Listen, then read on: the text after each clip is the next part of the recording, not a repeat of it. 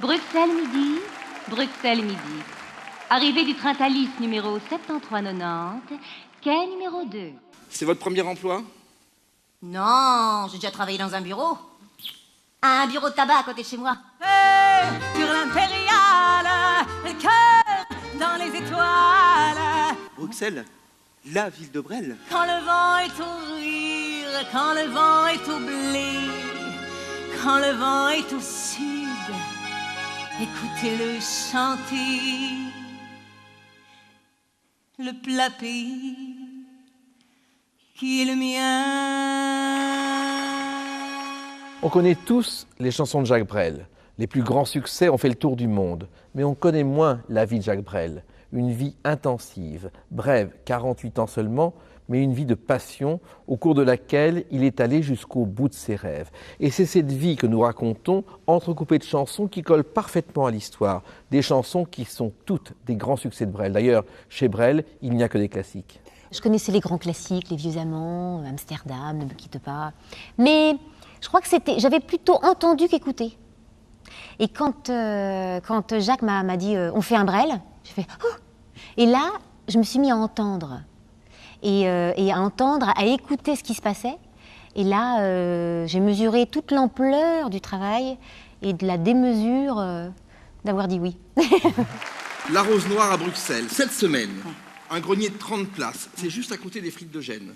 Le cachet de Brel, l'équivalent de 1 € par soir, avec en prime un whisky ou une bière quand c'est complet. Quand on n'a que l'amour, pour unique raison,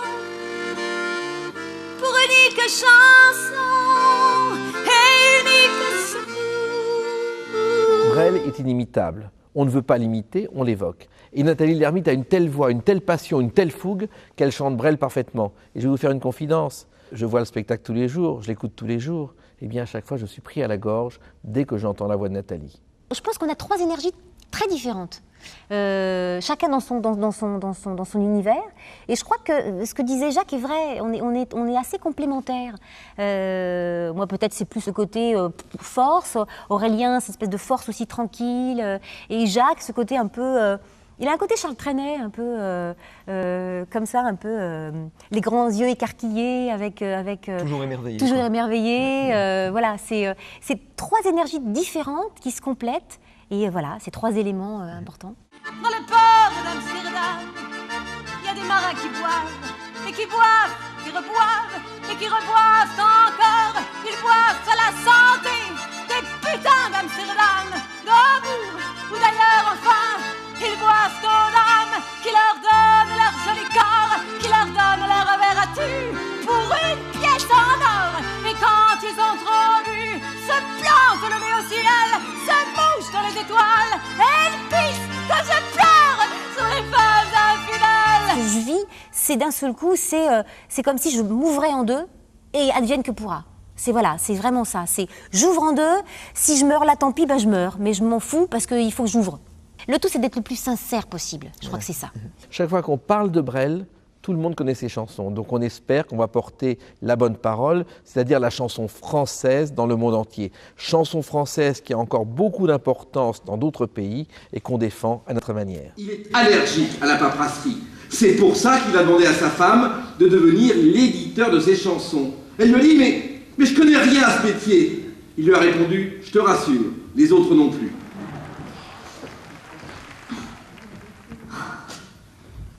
Je vous avais apporté des bonbons. Parce que les fleurs, c'est périssable.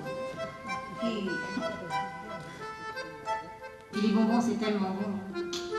Ah, bien que les fleurs soient plus présentables, tout ça. Ah, surtout celles qui sont en bouton. Hein. J'avais apporté des bonbons. Aujourd'hui, Jacques Brel vend plus de disques que de son vivant. La jeune génération découvre et se passionne pour Jacques Brel. Dans les écoles, on enseigne les chansons de Brel et on n'imagine pas le nombre de thèses, de rédactions qu'il y a sur les chansons de Brel. Ces chansons touchent tous les cœurs, toutes les âmes, quel que soit l'âge. Au premier temps, la valse, tout seul, tu souris déjà. emploi du temps ne valse jamais. Il est réglé comme son papier à musique, même pendant les rares moments qu'il passe en famille à Bruxelles. Il va faire 100 ans, il va faire 100 ans, il va faire 100 ans, je dirai pour avoir été l'amour avec 3 ans, il va faire 1000 ans, il va faire 1000 ans. La chanson française, c'est une passion.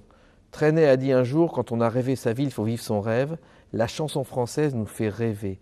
Elle dort dans nos cœurs, dans nos âmes, elle se transmet de génération en génération. Nous sommes chargés de transmettre ces chansons à la nouvelle génération. Et dans la salle, chaque fois que nous voyons des grands-parents, des parents, mais aussi des enfants et des petits-enfants, eh ben on se dit qu'on a gagné. 1967. Jacques Brel demande les droits d'une comédie musicale, L'homme de la Mancha. Pour atteindre à s'en écarteler, pour atteindre l'inaccessible.